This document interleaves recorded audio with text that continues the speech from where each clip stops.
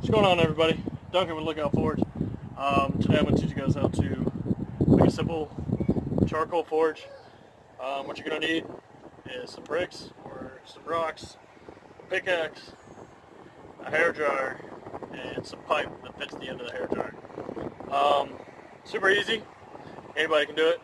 I can do it. You can do it. So what you're going to do, first you're going to start by digging a hole in the ground. You're going to get that hole in the ground, you're going to make a nice little V, take your bricks, put them on the side of that V. I'll show you that right now. And so the first thing you're going to want to do is you're going to want to dig out a nice hole. Excuse my mess, this is my my charcoal forge graveyard. Make that nice V in the in the dirt. It's real simple. Just take it, V it out a little bit, and then you want it to slant downwards.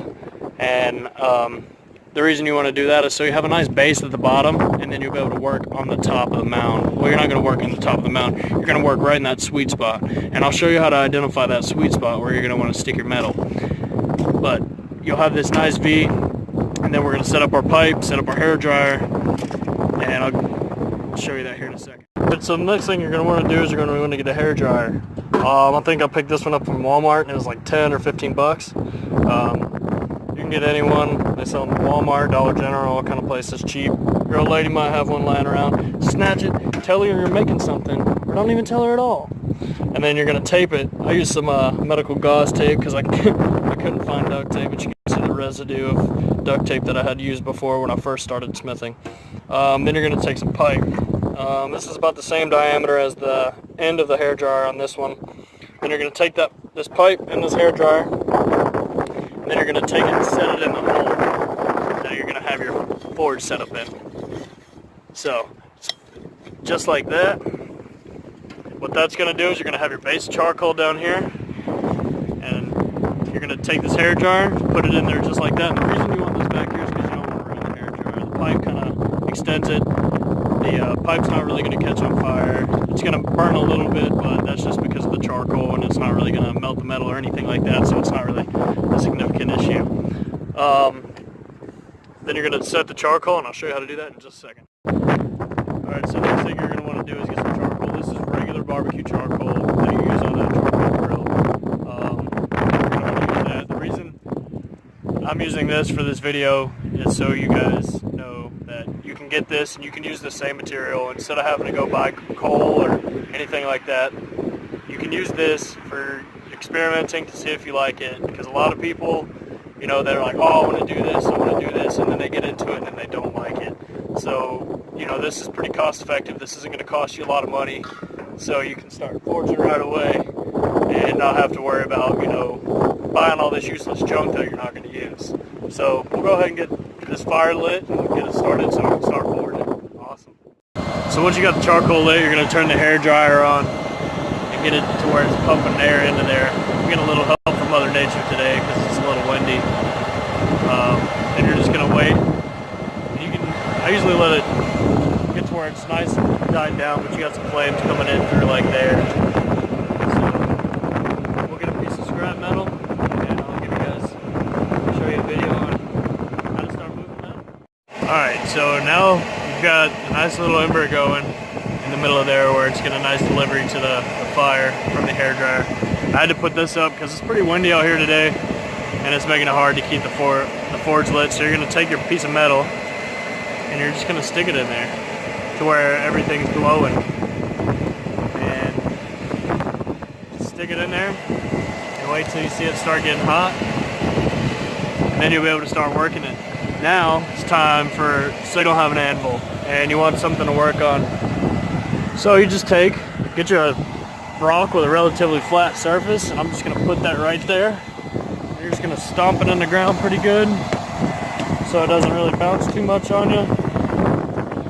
This is my regular hammer that I use when I'm using big projects. It's a 4-pound Stanley hammer. I think you can get them at Home Depot and stuff like that. You're just going to wait till that metal starts glowing, and once it starts glowing, you're just going to pull it out and start hammering on it. We're not going to do anything too extravagant. I'm just giving you guys a tutorial on how to build your forge so you can get out there and start moving metal.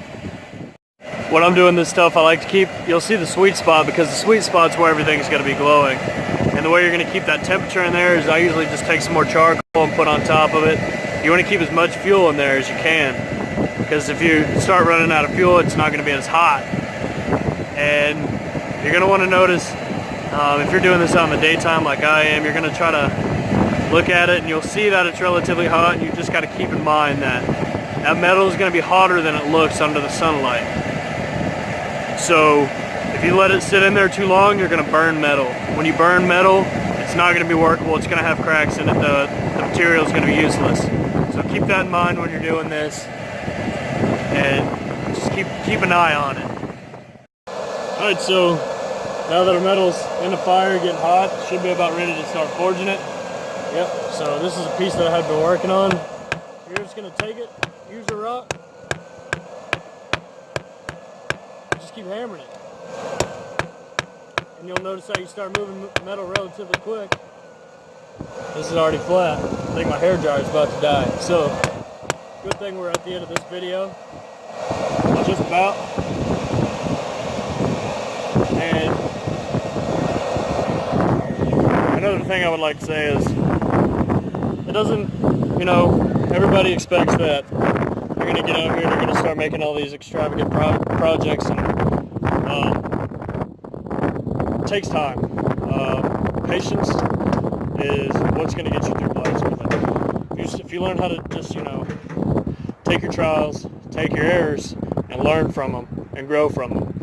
It's all about experience, and if you know somebody that does blacksmithing, I really recommend that you get out there, talk to them, ask them questions. Everybody that does this skill is, they know that what they're doing is, you know, not everybody does it. So if you know of anywhere that you can take a class or know anybody that does it, just ask them, like, hey, can you give me some advice, or can I come by your shop and see what you got, and can you show me how to do some basic stuff? Everybody will do it, because most blacksmiths, unless they're complete assholes, will be like, yeah, dude, come on, I got you. And another thing I would like to say is, you know, if you got kids, it's a great experience for the kids to get out there and just work with you. Teaches them work, teaches them doing something. It's a skill that you guys can learn together. Mine's a little too young. Mine's right over here. Being a boy. You gotta let a kid be a kid. Let them learn. They love you, and they want to learn everything that you do too. They're just, feed their minds. Let them learn with you. It's awesome. So, all right, guys.